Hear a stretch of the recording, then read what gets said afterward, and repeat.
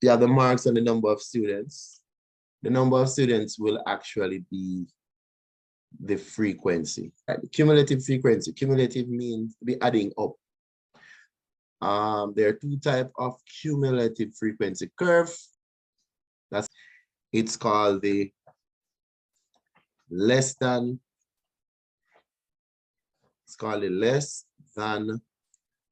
cumulative frequency. All right, so the one that's shaped like that is the less than cumulative frequency. And that is the one that comes in the exam in reality. I might just show you what the next one looks like. The next one shaped like this, back way, like that. So let me do it over. Next one shaped like that. So this one is called a greater than cumulative frequency.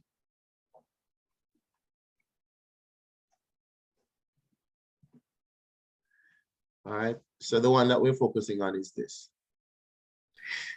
So the less than cumulative frequency. Whenever you're going to plot it, it's done against how you plot it. You use your upper boundary. So it is the upper boundary versus the, not the frequency, cumulative frequency. And that's why it's called the cumulative frequency curve, because you use the upper boundary with the cumulative frequency. And that would, you know, give you a nice little fix. So the upper boundary with the cumulative frequency. All right. When we're ready for that, you'll see that coming back as we go. All right. So one might be asked to complete the cumulative frequency table. Learn that the cumulative frequency table will always start with the first thing, which is in this case 5. You start the cumulative frequency with that first number all the time. So you go, that one is in there to start. So any number that is here, that's what you start with. And after that, you keep adding up. So for this empty spot, you need to know how many you have up to that spot.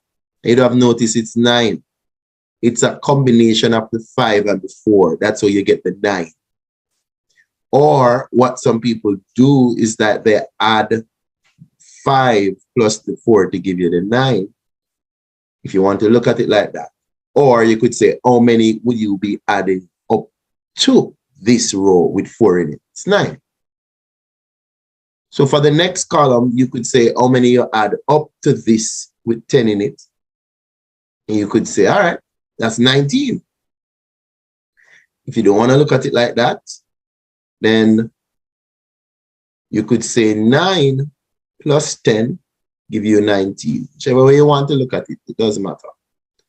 So then you're going to have 19 plus 6, 25. I'm going to go faster now.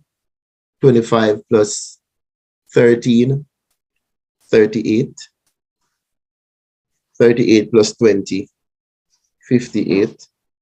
58 plus 8, 66. 66 plus 9, 3, 78. Here add 2, you get 80. Whenever you're doing the cumulative frequency, the total sample size, which is 80 students, would be the final number you'll get.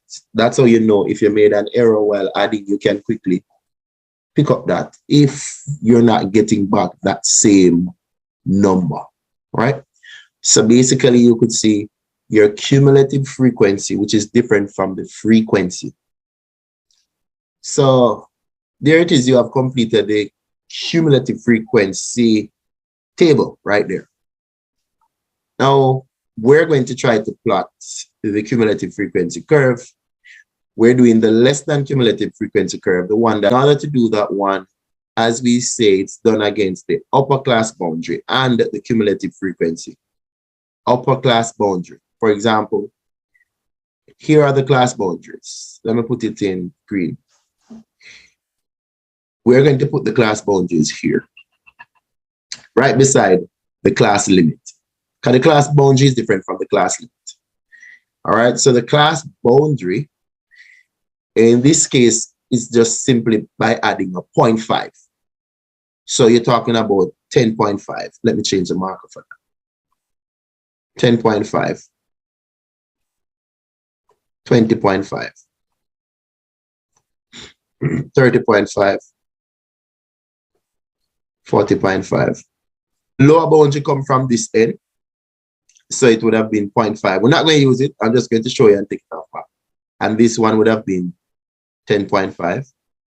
This one would have been 20.5. So you can see for the lower boundary, you subtract a 0.5 from the lower limit. The lower limit, for example, if you have 1 to 10, number 1 is the lower limit.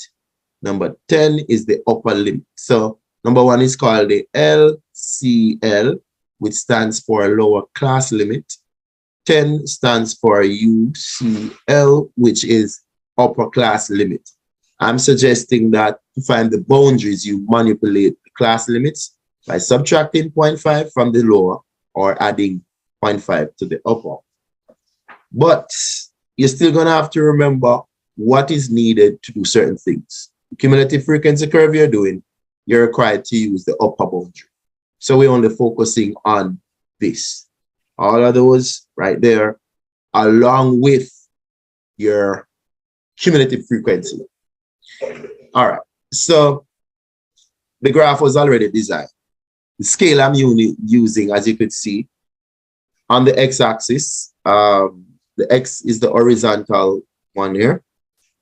10, we use 1 centimeter to represent 10 marks. So you see we're counting by 10 after every one. And then 1 centimeter to represent 10 students on the y-axis,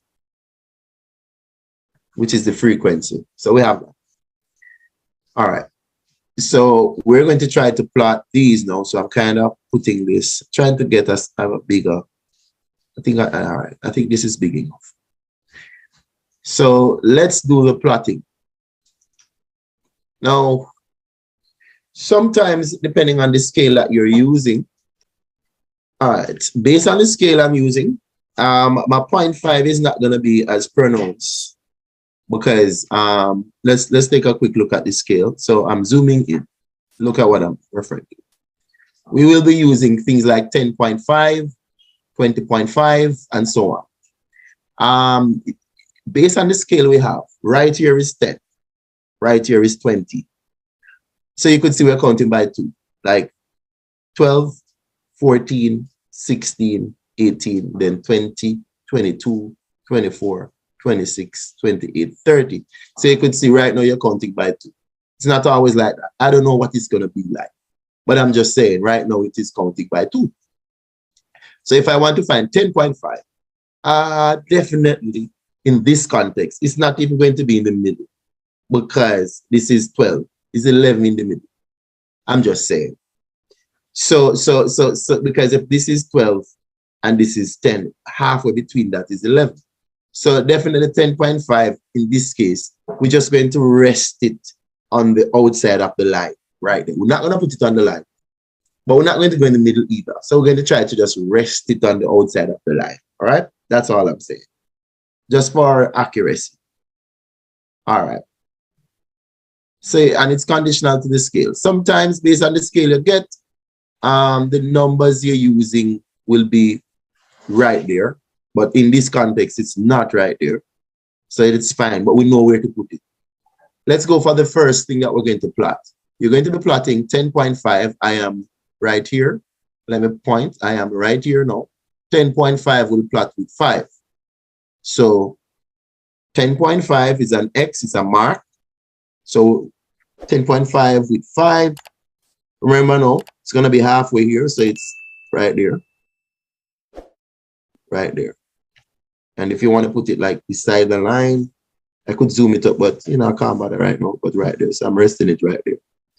That's 10.5 with 5 because 5 is halfway here between the 0 and the 10. We know that based on ideas. So that's how we're going to have to pick our numbers based on what we have. So we're seeing the 10.5 with the 5. Next one, 20.5 with 9, not 4. Cumulative frequency. So we're talking about, all right, 20.5 should say with the 9. And that is going to be like right here. Because I know where 10 is. So it's right there. Right? So I have 8, 10. So it's between the two. Next one. 30.5 will go with 19. 30.5 with 19. 19 is right here. And then 40.5 will go with 25. So you should start seeing what's going on now. 40.5 with 25 is right here. 50.5 with 38. 38 is right here. 60.5 with 58. Right here. 70.5 with 66. 66 is right here on this line.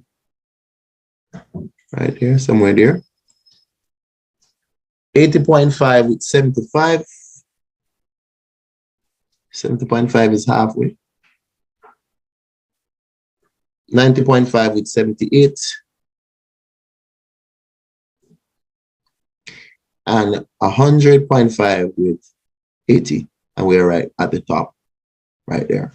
You can see the shape that it looks already like what you want. That's S-looking thing.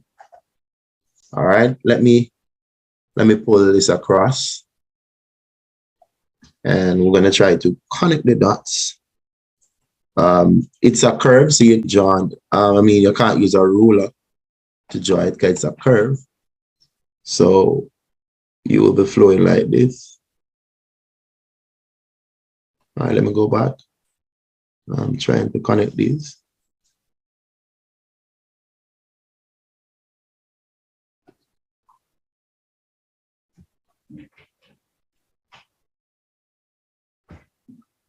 And then I'm just going to try to bring it to 0, right?